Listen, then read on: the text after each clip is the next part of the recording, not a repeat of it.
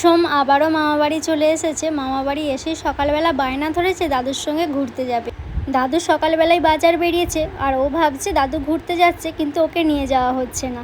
সেই জন্যই সকালবেলা বায়না ধরেছে ওকে না নিয়ে যাওয়ার জন্য। দাদু চলে যাওয়ার পর চোখ বন্ধ করে সে কি ঠোঁট ফুলিয়ে ফুলিয়ে কান্না, তোমাদের সঙ্গে সেটাও শেয়ার করব। ছেলেটা আমার ঘুরতে খুব ভালোবাসে, শুধু ও বলে নয়, যে কোনো বাচ্চাই দেখবে ঘুরতে ভীষণ পছন্দ করে। এইবার দাদু চলে যাবে, আমার ছেলের কান্না দেখো, ওরে বাপরে, ঠোঁট ফুলিয়ে ফুলিয়ে চোখ বন্ধ করে সে কি কান্না। এরপর আমার কাছেও আর থাকবে না, দিদুনের কাছে চলে গেল। ও ভাবছে দাদু নিয়ে যায় না তো কি হয়েছে, দিদুন তো নিয়ে যাবে। তাই দিদুন একটু সামনের রাস্তা থেকে ঘুরিয়ে আনলো। ছেলেটাকে আবার নেবুলাইজার দিতে হচ্ছে।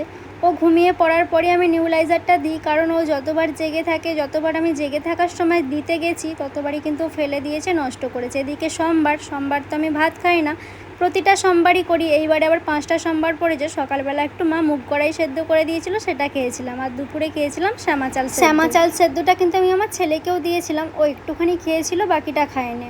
শ্যামা চালকে ভালোভাবে ধুয়ে নিয়ে সামান্য একটু লবণ দিয়ে প্রেসার কুকারে সেদ্ধ করে নিয়েছিলাম। তারপরে সোমকে নিয়ে আমি আমার কাকিমাদের বাড়িতে গিয়েছিলাম। এখানে কাকিমার মেয়েটা সেলাইয়ের কাজ করছে, আর সোম এদিক ওদিক হামা দিয়ে দিয়ে ঘুরে বেড়াচ্ছিল। বাচ্চারা যখন নতুন নতুন হামা দিতে শেখে, একটু ফাঁকা জায়গা পেলে ওদের যে কী আনন্দ হয়, এ প্রান্ত থেকে ও প্রান্ত এইভাবে হামা দিয়ে বেরোবে, সেটাই ওদের আনন্দ।